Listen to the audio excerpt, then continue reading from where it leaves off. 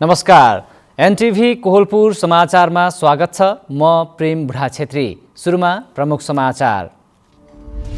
सुदूरपश्चिम सरकारलाई सांगठनिक संरचना र कानुन निर्माणमा सफलता। 3 वर्षको अवधिमा निर्माण गरिएका दर्जनौं कानुनहरू कार्यान्वयनमा। धार्मिक तथा पर्यावरणीय रूपमा महत्त्वपूर्ण कैलालीको बेलादेवी धाम ओझेलमा प्रचारको अभावमा पर्यटकको रोजाइमा पर्न सकेन। पश्चिम नवलपरासीका वन क्षेत्रमा कटान गरी राखिएका करोडौं मूल्यको काठ कुहिने अवस्थामा। सरकारले ओसार पसार र बिक्री गर्न रोकेपछि समस्या। इक्वेडरको 3वटा जेलमा भएको दंगामा 75 व्यक्तिको मृत्यु, कैयौं घाइते। हिंसामा आपराधिक संगठनको हात रहेको राष्ट्रपतिको आरोप। र भैरहमा जारी Nepal telecom Rupandehi super league cricket प्रतियोगिताको आजको खेलमा बुद्ध क्रिकेट विजयी, बुटोल राइनोज 8 विकेटले पराजित। समाचार अब विस्तारमा। सुदूरपश्चिम प्रदेश सरकारले बितेको 3 वर्षमा विकासका साथै सांगठनिक संरचना विस्तार र कानुन निर्माणमा सफलता प्राप्त गरेको छ। कानुनी शासन मार्फत सुशासन र मानवाधिकारको संवर्धनका लागि 3 वर्षको अवधिमा 2वटा नीति, 41 ऐन, 9 नियमावली, कार्यविधि 69, निर्देशिका 26 तथा मार्गदर्शन तथा आचार संहिता 1, गठन आदेश 6, मापदण्ड 8 र कार्ययोजना 1 निर्माण भई कार्यान्वयन गरेको छ। राजधानी स्थापना गर्ने क्षेत्रको पूर्वाधार विकासको लागि सुदूरपश्चिम प्रदेश राजधानी पूर्वाधार विकास समिति गठन आदेश 2076 मन्त्री परिषदबाट जारी भई सोही बमोजिमको समितिको कार्यकारी निर्देशक तोक्नुका साथै राजधानी निर्माण स्थलको सम्भाव्यता अध्ययन पूरा भइसकेको छ। जग्गा प्राप्ति, विस्तृत आयोजना प्रतिवेदन र प्रारम्भिक वातावरणीय प्रभाव मूल्याङ्कनको काम अघि बढेको छ। प्रदेश सरकारले 4वटा वार्षिक नीति तथा कार्यक्रम जारी गरिसकेकोमा 4थो बजेट नीति तथा कार्यक्रम हाल कार्यान्वयनको चरणमा रहेको छ। प्रदेश सरकारले समृद्ध सुदूरपश्चिम निर्माणको मर्मलाई आत्मसात गरेको मुख्यमन्त्री त्रिलोचन भट्टले बताउनुभयो। सरकार मातहतका निकाय, कार्यालय एवं स्थानीय तह मार्फत चालू आर्थिक वर्षमा जम्मा 878 आयोजना छनौट भई कार्यान्वयनको चरणमा रहेका छन्। कर्णाली प्रदेशको विकासको मेरुदण्ड मानिएको कर्णाली करिडोरको काम धमाधम भइरहेको छ। राष्ट्रिय राजमार्गले नछोएको हुम्ला सदरमुकामको सिमकोट पनि अब सडक सञ्जालसँग जोडिने भएको छ। कर्णाली करिडोरको विभिन्न खण्ड निर्माणको जिम्मेवारी नेपाली सेनाले पाएपछि करिडोर निर्माणले गति लिएको हो। आगामी असारसम्म हुम्लाको सल्लीसल्लासम्म सवारी साधन सञ्चालन हुने काम भइरहेको छ। सुर्खेतको बाङ्गेसल्लादेखि दहीखोलासम्म 126 किलोमिटर कर्णाली राजमार्ग नै पर्ने भएकोले पक्की सडक छ भने खुलालुदेखि हुम्लाको सल्लीसल्लासम्मको सडक करिब 150 किलोमिटर हुनेछ। सुरुमा कालीकोटको खुलालुदेखि हिल्सासम्मको कर्णाली करिडोर मानिए पनि अहिले यसलाई सुर्खेतको बाङ्गेसमलदेखि हिल्सासम्मको 410 किलोमिटर मानिएको छ। 2 दशक अघि 2056 सालमा शिलान्यास गरिएको कर्णाली करिडोर 2066 सालसम्म सडक विभागले निर्माण गरिरहेको थियो। करिडोरमा ठूला चट्टान र अप्ठ्यारो पहाड पर्ने भएपछि सडक निर्माणका लागि 2071 चैतमा नेपाली सेनालाई जिम्मा लगाइएको थियो। दाङमा निर्माणाधीन 5वटा पुलको निर्माण अन्तिम चरणमा पुगेको छ। सडक डिभिजन कार्यालय अन्तर्गत निर्माण भइरहेका 5वटा पुलहरू असार मसान्तभित्रै सम्पन्न हुने गरी काम भइरहेको हो। सडक डिभिजन कार्यालय अन्तर्गत जिल्लामा अहिले 7वटा ठूला पुलहरू निर्माणाधीन अवस्थामा छन्। कार्यालयका सूचना अधिकारी इन्जिनियर अमिर सुवेदीका अनुसार घोराही लमही सडक खण्ड अन्तर्गतको सिस्ने खोला पुल, धारापानी स्थित बबई खोला पुल, घोराही 4 स्थित बालिम खोला पुल, ढिकपुर बबई खोला पुल र पश्चिम तुलसीपुर स्थित 2 सोता गिधनिया पुल गरी 5वटा पुलको निर्माण कार्य अन्तिम चरणमा पुगेको हो। अन्तिम चरणमा रहेका 5वटा पुलको निर्माण कार्य असार मसान्तभित्र सम्पन्न गर्ने गरी काम धमाधम भइरहेको छ। निर्माणाधीन अवस्थामा रहेका ती पुलहरूको निर्माण कार्य 2077 सालसम्म सम्पन्न गर्ने गरी सम्झौता भएको छ। 3वटै तहका सरकारबाट थुप्रै विकासका पूर्वाधारहरू निर्माण भइरहेका छन्। अन्य जिल्ला सहित दाङमा पनि बाटोघाटो, पक्की पुलहरू निर्माणकै चरणमा छन्। आज हामीले दाङका केही नागरिकलाई निर्माण भइरहेका पूर्वाधार विकासले जनजीवन कतिको सहज भएको छ भनेर सोधेका छौं। हेरौं आजको आवाजमा।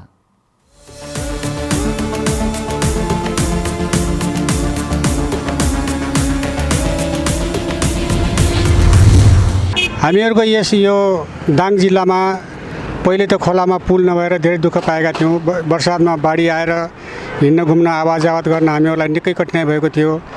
गाडी घोडाहरूलाई पनि निकै कठिनाइ भएको थियो। बजारदेखि सटेको गाउँसम्म जाँदा पनि हामीहरू धेरै टाढासम्म गएको जस्तो धेरै समय लाग्ने गर्दथ्यो।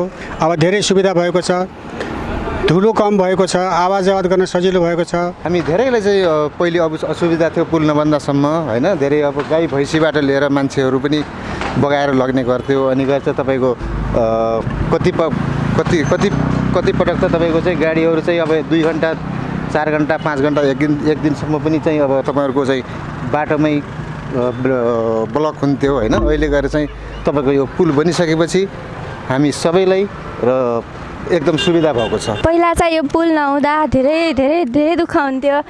विद्यार्थीहरू आउन सक्ने थिएनन्, बाढीले कोहीले बगाउँथ्यो। अब पुल बनिसकेपछि चाहिँ धेरै फाइदाहरू भएको छ। विद्यार्थीहरू अब राम्रोसँग आउन सकेको छन् पुल बनेपछि। अनि गाडीहरू पनि अब स्कुल बसहरू पनि अब टाइममा आउने गरेका छन्। यो पुल बनिसकेपछि हामीलाई आवत जावतमा सुविधा त राम्रो छ, किनभने खोला नाला बाढी पहिरो आएपछि गाडी घोडा भनौँ मोटरसाइकलहरू सबैलाई मान्छेलाई सहित आवत जावत गर्नमा अप्ठ्यारो पर्ने भयो हुनाले पुल बनिसकेपछि आवत जावतमा पनि सहज छ, गाडीहरूलाई पनि सहज भएको छ, राम्रो छ। अहिले पुल बनेपछि पहिलेको भन्दा धेरै सहज छ। सबैभन्दा पहिला विद्यार्थीहरूलाई सहज छ। पहिला बर्सातको बेलामा बाढी आउँदा विद्यार्थीहरू स्कुल जान पाउँदैनथे। स्थानीयलाई पनि गाह्रै हुन्थ्यो। अब गाउँ घरतिरबाट आउँदाखेरि पनि गाह्रै हुन्थ्यो। हस्पिटल जान पर्यो, बजार जान पर्यो, गाह्रो हुन्थ्यो। पुल बनेपछि अहिले धेरै फाइदा भएको छ। अब यो पुल बनिसकेपछि त धेरै फाइदा हुन्छ सबैलाई। हरेक हिसाबले सुविधा हुन्छ। व्यापार व्यवसायदेखि लिएर हरेक क्षेत्रमा जनता सबैलाई सुविधा हुन्छ। त्यस हिसाबले समग्रमा फाइदा नै हुन्छ। अब पुल बन्नु राम्रो कुरा हो। दाङमा ढिलै भए पनि केही पुलहरू बनिरहेका छन्, राम्रो भएको छ। कतिपय ठाउँमा बन्न बाँकी छन्, त्यसमा पनि छिटै बनोस् भन्न चाहन्छु। समग्रमा सबै फाइदा छ, फाइदा नै हुन्छ। व्यापारदेखि लिएर हरेक क्षेत्रमा फाइदा नै हुन्छ।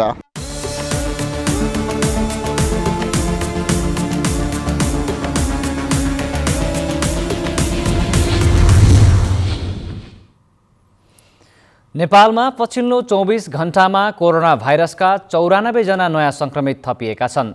3692 जनाको PCR परीक्षण गरिएकोमा 94 जना सङ्क्रमण पुष्टि भएको छ।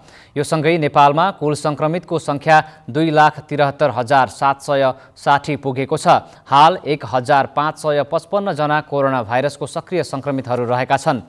स्वास्थ्य तथा जनसङ्ख्या मन्त्रालयका अनुसार पछिल्लो 24 घण्टामा 71 जना सङ्क्रमित निको भई घर फर्केका छन्। यो सँगै हालसम्म 2,70,139 जना सङ्क्रमित निको भएका छन्। नेपालमा कोरोना भाइरसबाट निको हुनेको दर 98.7% रहेको छ। पछिल्लो 24 घण्टामा 1 जना सङ्क्रमितको मृत्यु भएको छ। यो सँगै हालसम्म 2066 जनाको कोरोना सङ्क्रमणबाट मृत्यु भएको मन्त्रालयले जनाएको छ। समाचारको क्रम जारी नै छ। अहिलेलाई एकैछिनको विश्राम।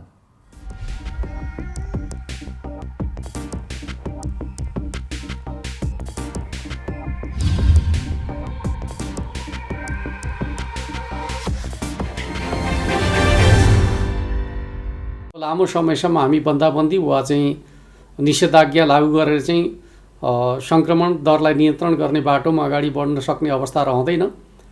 आवश्यकता अनुसार हामी एरिया बन्दी गरेर चाहिँ ट्रेसिङको काम अगाडि बढाउनेछौँ। अन्यथा हामी आर्थिक क्रियाकलाप सँगसँगै महामारी विरुद्धको लडाइँ अगाडि बढाउनु पर्नेछ। त्यस अर्थमा सम्पूर्ण दाजुभाइ दिदीबहिनीहरूले सकेसम्म चाहिँ आवश्यकताभन्दा बढी गतिविधि मुभमेन्टहरू नगर्नका लागि म अनुरोध गर्न चाहन्छु।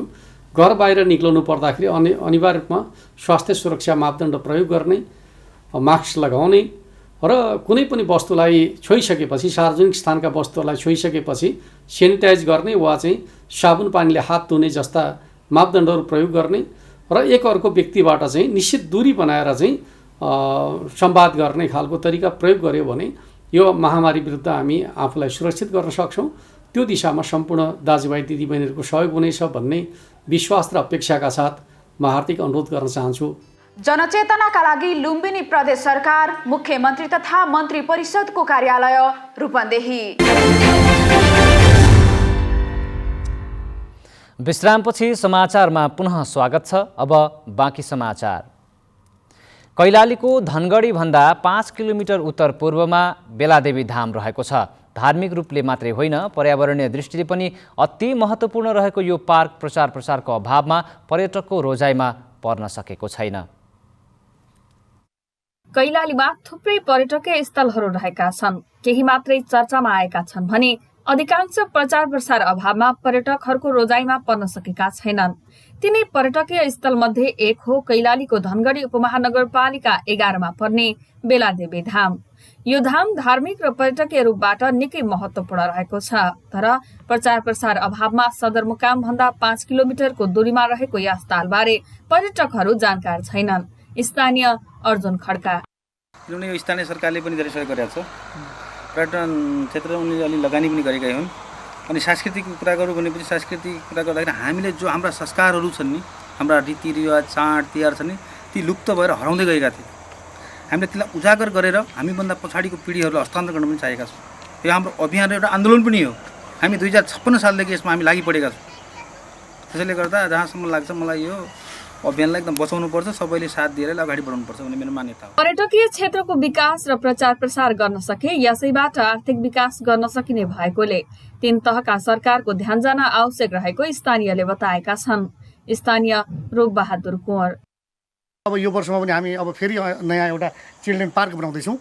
यस्ता गतिविधिहरू चाहिँ नि अब तमाम यो सुदूरपश्चिममा अहिले प्रदेश सरकारले अगाडि बढाएको छ र तमाम यस्ता कुराहरू अहिले उजागर भएका छन् र पर्यटन क्षेत्रको रूपमा विकास भएर अगाडि बढिरहेको छ। यहाँ ससाना 3वटा ताल रहेका छन्। हरियाली र शान्त वातावरण, पार्क र पिकनिक गर्नका लागि पनि उचित स्थानको व्यवस्था गरिएको छ।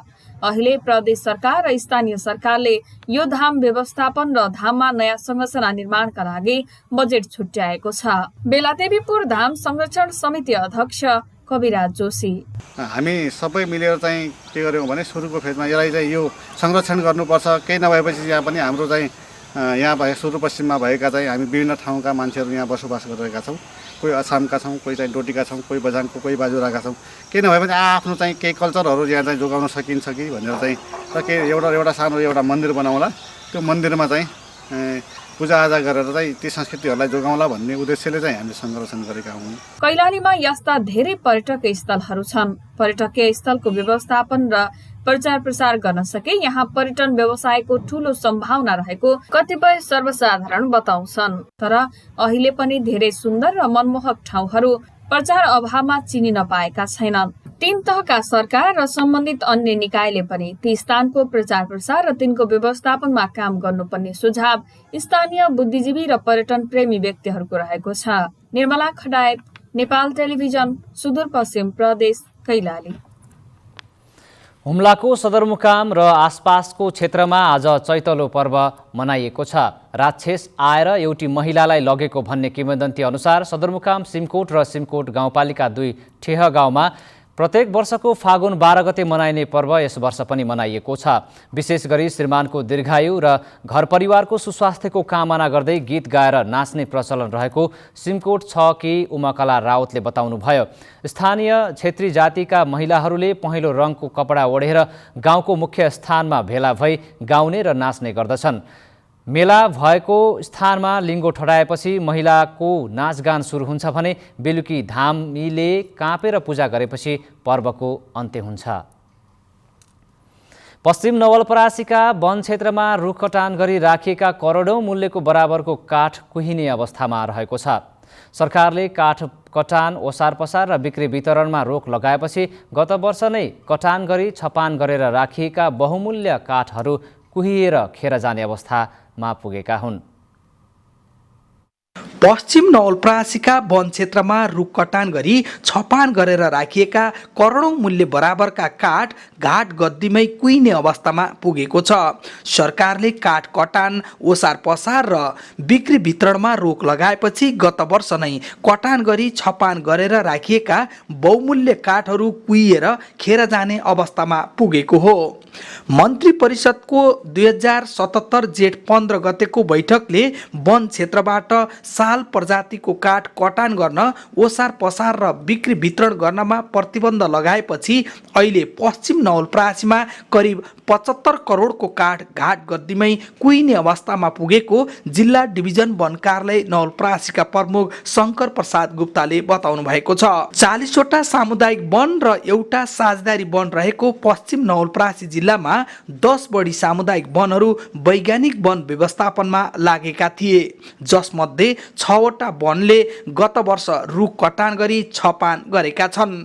अहिले करिब 1 करोड मूल्य बराबरका काठ घाट गद्दी गरेर बसेको जनउदय सामुदायिक वन उपभोक्ता समूह सुनोल पश्चिम नवलपरासीले कटान र छपान गर्दाको खर्च भुक्तानी गर्न सकेको छैन भने सामाजिक कार्य र स्थानीय रोजगारी बन्द भएको समूहका अध्यक्ष बलबहादुर थापाले बताउनु भएको छ।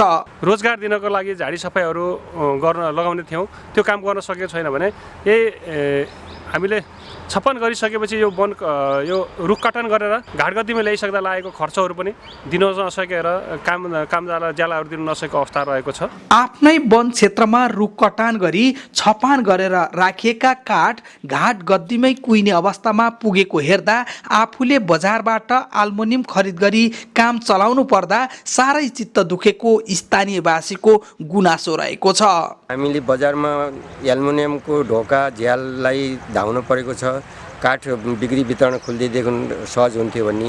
वैज्ञानिक वन व्यवस्थापन होस् वा दिगो वन व्यवस्थापन, जुन कुनै तरिकाले अघि बढे पनि कटान गरी घाटगद्दी गरिएका काठहरू बेलैमा नै उचित नियम बनाएर बिक्री वितरण गर्न जरुरी छ।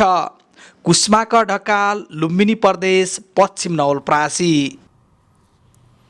एक साताको फरक राखेर कक्षा 10 को माध्यमिक शिक्षा परीक्षा अर्थात् एसई र कक्षा 12 को अन्तिम वार्षिक परीक्षा लिने गरी राष्ट्रिय परीक्षा बोर्डले आन्तरिक तयारी सुरु गरेको छ।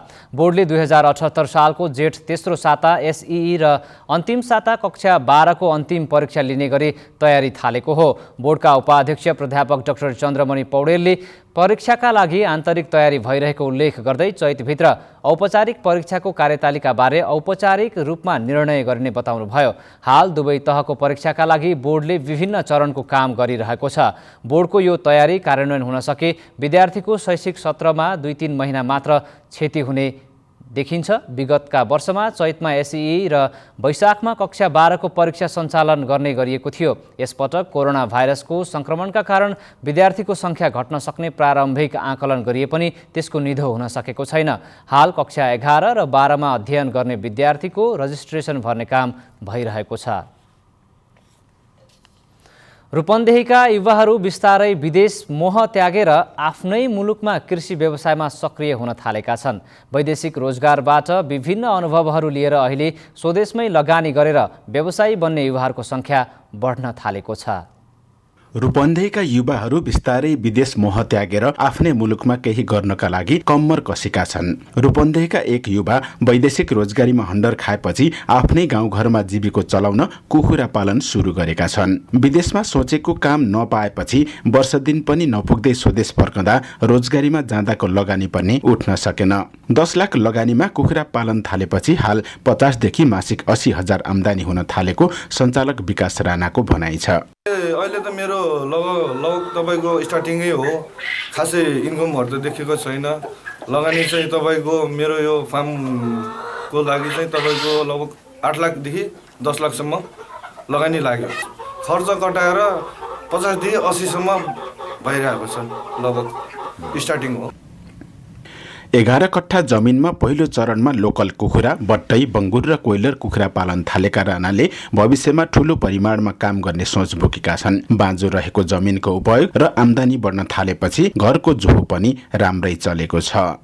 विदेश भन्दा त मलाई चाहिँ यही नै गर्दा राम्रो लाग्छ र विदेश जाने साथीभाइहरूलाई पनि म के भन्न चाहन्छु भन्दा यही नै गर्नुपर्छ भन्ने छैन। कृषि पेसामा धेरै पेसाहरू छ, तपाईहरूले जे सोच्नुहुन्छ त्यही गर्दा पनि राम्रो हुन्छ।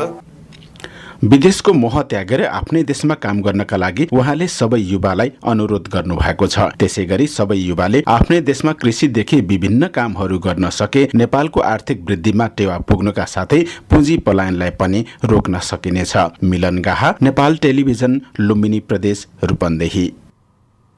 समाचारको क्रम जारी नै छ, एकैछिनको विश्राम।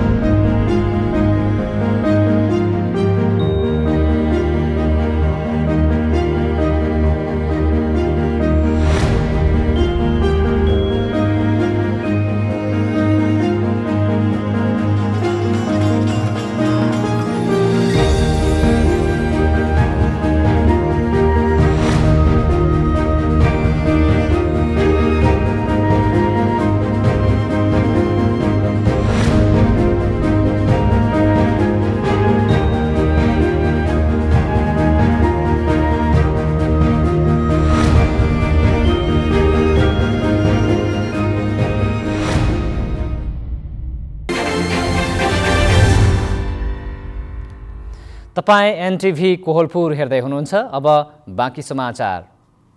डडेलधुराको अमरगढी नगरपालिका 9 स्थित भूमिराज स्वास्थ्य चौकीमा खानेपानीको अभाव भएको छ। स्थापना कालदेखि नै खानेपानीको व्यवस्था नहुँदा भूमिराज स्वास्थ्य चौकीमा खानेपानीको अभाव हुँदै आएको हो।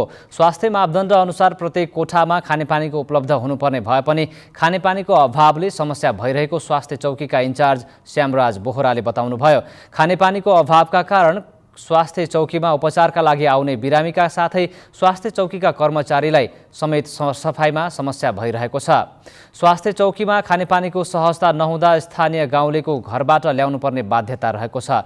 स्वास्थ्य चौकीमा खानेपानी ल्याउनका लागि पहल भइरहेको स्वास्थ्य चौकीका इन्चार्ज बोहराले बताउनुभयो। करिब 25 वर्ष पहिले यो स्वास्थ्य चौकी स्थापना भएको हो। जिल्ला प्रहरी कार्यालय दाङले बाघको छालासहित 2 जनालाई पक्राउ गरेको छ। बरामद छालासहित पक्राउ परेकालाई प्रहरीले पत्रकार सम्मेलन गरी सार्वजनिक गरेको हो। तुलसीपुर उपमहानगरपालिकाको गोठी खोलामा जाँच गर्ने क्रममा 5 फिट 5 इन्च लम्बाइ भएको बाघको छालासहित सल्यानको बागचौर नगरपालिका 9 का सन्दीप डाँगी र सल्यानकै शारदा नगरपालिका 15 का इन्द्रबहादुर थापालाई पक्राउ गरिएको दाङका प्रहरी उपरीक्षक गणेश चन्दले बताउनुभयो। पक्राउ परेकालाई थप अनुसन्धानका लागि वन कार्यालयमा बुझाइने चन्दले बताउनुभयो। उनीहरूले 10 लाख रुपैयाँमा बिक्री गर्ने गरी सम्झौता भइरहेको सूचनाका आधारमा पक्राउ गरिएको प्रहरीले जनाएको छ। यस्तै चोरी गरेको मोटरसाइकलसहित 2 जनालाई घोराही बस पार्कबाट प्रहरीले पक्राउ गरेको छ। चोरीमा संलग्न 18-19 वर्षका युवाहरू रहेको प्रहरीले जनाएको छ। अब अन्तर्राष्ट्रिय समाचार।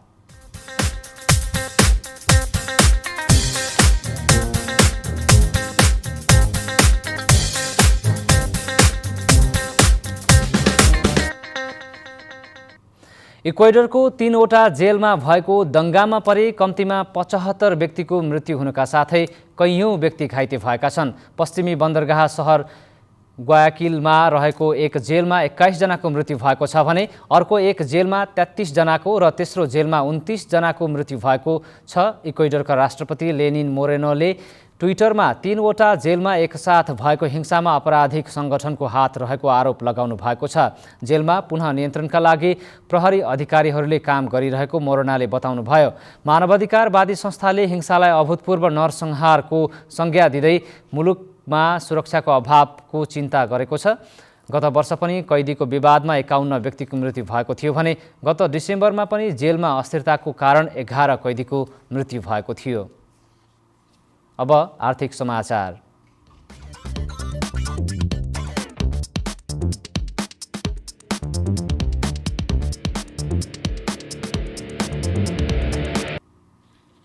स्थानीय बजारमा आज सुनको मूल्य तोलामा 300 रुपैयाँले ओह्रालो लागेको छ।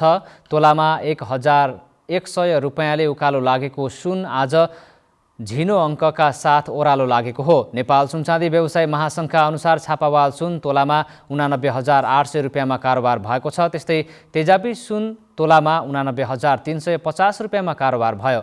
चाँदी आज तोलामा 15 रुपैयाँले घटेको छ। 1,360 रुपैयाँमा हिजो कारोबार भएको चाँदी भने आज 1,345 रुपैयाँमा कारोबार भएको छ।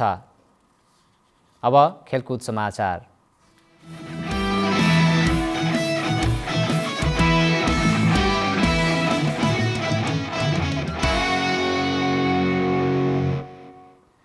भैरहमा जारी Nepal telecom Rupandehi super league cricket प्रतियोगिता अन्तर्गत आज भएको डिभिजन ए को खेलमा बुद्ध क्रिकेट क्लबले बुटवल राइनोजलाई 8 विकेटले पराजित गरेको छ। सिद्धार्थ रङ्गशालामा टस जितेर ब्याटिङ गरेको बुटवलले निर्धारित 46 ओभरको खेलमा 31.2 ओभरमा अल आउट हुँदै 94 रन मात्रै बनाउन सक्यो। जवाफी ब्याटिङ गरेको बुद्धले 18.2 ओभरमा 2 विकेटको क्षतिमा 96 रन बनाउँदै जित निकालेको हो। भोलि डिभिजन ए का लुम्बिनी खुकुरी क्रिकेट क्लब र एमसीसी क्लब बीच प्रतिस्पर्धा हुने आयोजक संस्था रूपन्देही क्रिकेट संघका अध्यक्ष प्रशान्त विक्रम मल्लले जानकारी दिनुभयो। अब मौसम।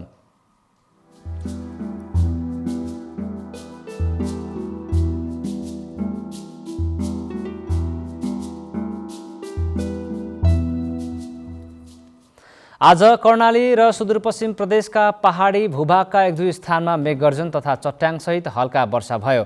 आज राति देशका पहाडी भूभागहरूमा आंशिकदेखि सामान्य बदलीको सम्भावना रही बाँकी भूभागमा मौसम सामान्यतया सफा रहने मौसम पूर्वानुमान महाशाखाले जनाएको छ। अब मौसम सम्बन्धी थप विवरण।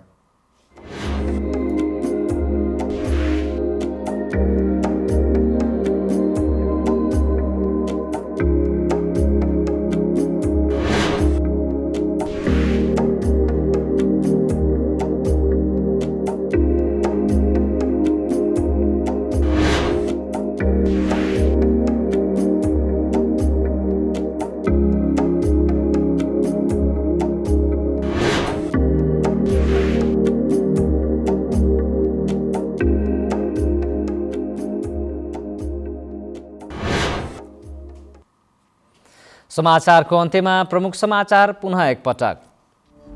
सुदूरपश्चिम सरकारलाई सांगठनिक संरचना र कानुन निर्माणमा सफलता। 3 वर्षको अवधिमा निर्माण गरिएका दर्जनौं कानुनहरू कार्यान्वयनमा।